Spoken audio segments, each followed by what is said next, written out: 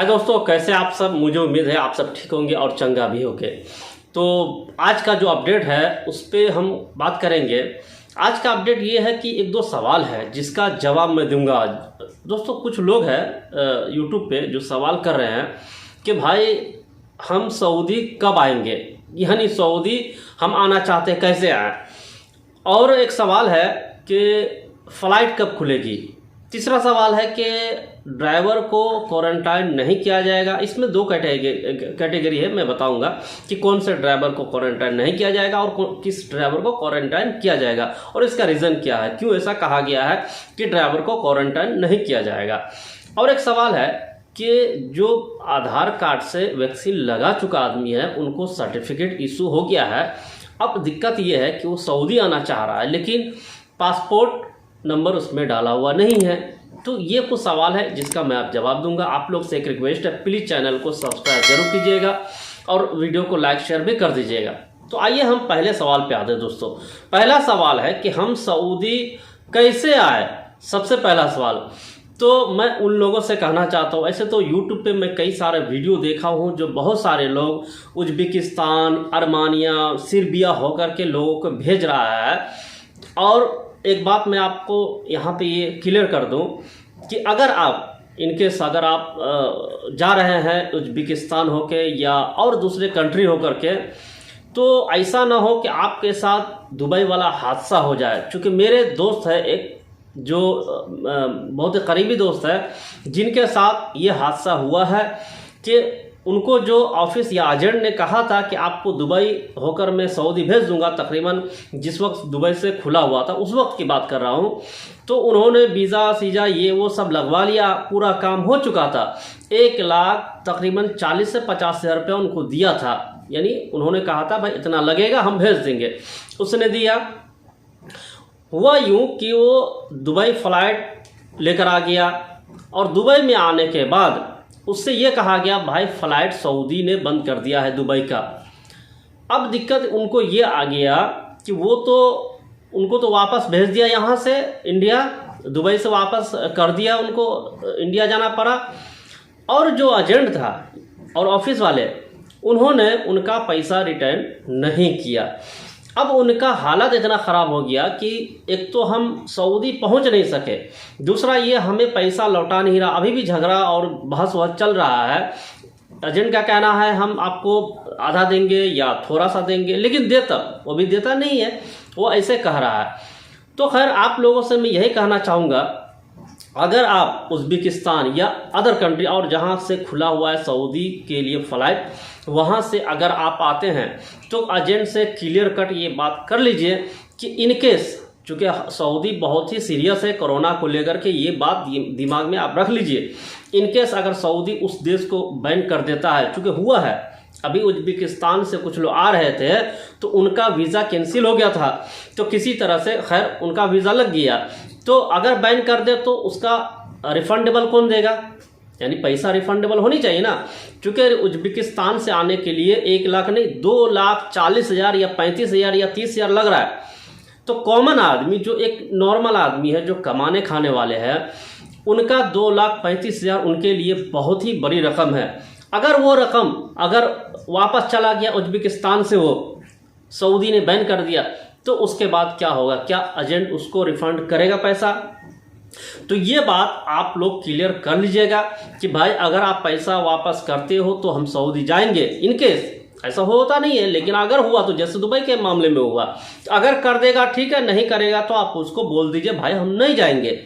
और दूसरा सवाल ये है कि हाउस ड्राइवर के मामला है कि जो बहुत सारे लोग सवाल कर रहे हैं कि भाई ड्राइवर को क्वारंटाइन नहीं कर रहा है तो हम ड्राइवर का वीज़ा लगा के चले जाए। ऐसा नहीं है मेरे भाई। मसला ये है कि जो हाउस ड्राइवर है वो और जो कंपनी का ड्राइवर वो डिफरेंस है। यानी सऊदी गवर्नमेंट ने ये गैदरिंग को लेके किया है। जिस तरह जैसे मान लीजिए अगर आप किसी कंपनी में जाते हैं तो कंपनी में क्या है, एक रूम में 10 से 12 आदमी या 8 आदमी या 5 आदमी रहता है। और हाउस ड्राइवर का मामला ये है कि एक रूम एक हाउस ड्राइवर को दिया जाता है, तो वो सिंगल होता है। तो क्वारंटाइन उनका तो ये रूम में ही हो गया, तो इसीलिए हाउस ड्राइवर को क्वारंटाइन एयरपोर्ट पे नहीं किया जाएगा। अच्छा, क्वारंटाइन भी उनको किया जाएगा जो वैक्सीन नहीं लगाया है और जो वैक्सीन 2 डोज ले चुका है उनको क्वारंटाइन नहीं किया जाएगा।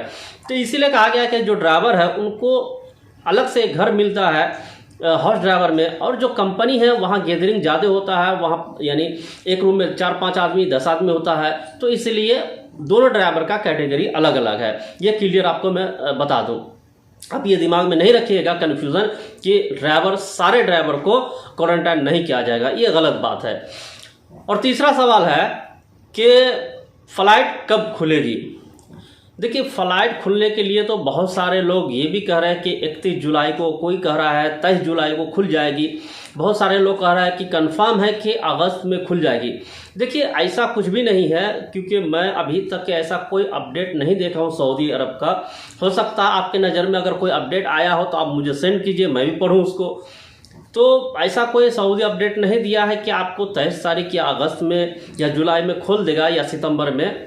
जब खुलेगा तो सबको पता चलेगा, और ये कोई घर के अंदर की बात तो है नहीं जो घर के बाद घर में रह जाएगी, ये तो आम बात है भाई। फ्लाइट है तो सबको पता चलेगा ना ये चीज़ का।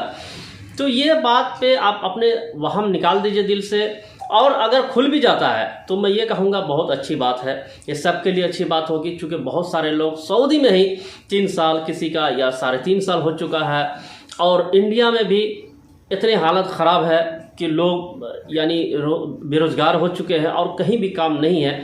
तो मैं उन सब से यही कहूँगा कि जो जहाँ काम कर रहे हैं, मेरे हिसाब से आप वहाँ लगे रहें, काम को छोड़ के न बैठे। इसलिए कि हम फ्लाइट खुलने वाला है 23 तारीख या 21 तारीख को या अगस्त में, तो चलो हम अगस्त तक बैठ के खा लेते हैं और चले जाएंगे। इसलिए आप न बैठे, आप काम करते रहें।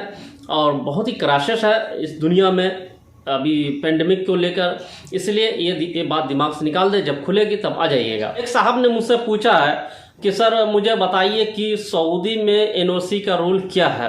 भाई, इस पे एक बहुत लंबा चौड़ा बहस हो जाएगा, मैं वीडियो को ज़्यादा लंबा बनाना नहीं चाहता हूँ, इस पे अलग से एक वीडियो बनाऊंगा, तब आप देख लीजिएगा। आखिरी सवाल का जवाब है दोस्तों कि बहुत सारे लोग ये बता रहे हैं कि हम आधार कार्ड से जो वैक्सीन लगाया है उसमें हमारा सर्टिफिकेट भी इशू हो गया है, अब हम क्या करें। और मसला ये हो रहा है हमारे देश में, तो बहुत बड़ा मसला ये है कि आधार कार्ड में नाम कुछ और होता है, पासपोर्ट में नाम कुछ और होता है, पैन कार्ड का कुछ और है, यानी जितने सारे कार्ड होते हैं आइडेंटिटी के लिए, सारे का नाम या स्पेलिंग गलत ही होता है, अक्सर तौर पे गलत ही रहता है। तो कोविन में ये एक्सेप्ट नहीं हो रहा है, तो कैसे हम करें, कैसे हम उसको चेंज करें। तो आपको मैं बता दूं कि आरोग्य सेतु एक एप्लीकेशन है जो सबको पता है आप लोगों को, उन्होंने एक अपने ट्विटर हैंडल से ये एक लिंक शेयर किया है, आप जाके देख लीजिएगा ट्विटर पे, या मैं लिंक भी दे देता हूं इसमें, आप इसको डायरेक्ट क्लिक करके वहां पहुंच जाइएगा। तो उसने लिंक दिया है और उन्होंने आसानी से इसका तरीका बताया है कि आप इस तरह से अपना नाम बदल सकते हैं। अगर गलत भी है तो उसमें हो सकता है सही हो जाए, आप देख लीजिएगा किस तरह है। तो दोस्तों, वीडियो आपको कैसा लगा आप कमेंट करके ज़रूर बताइएगा, और चैनल को प्लीज़ सब्सक्राइब जरूर कीजिए। मिलते हैं दोस्तों नेक्स्ट वीडियो में। Thank you.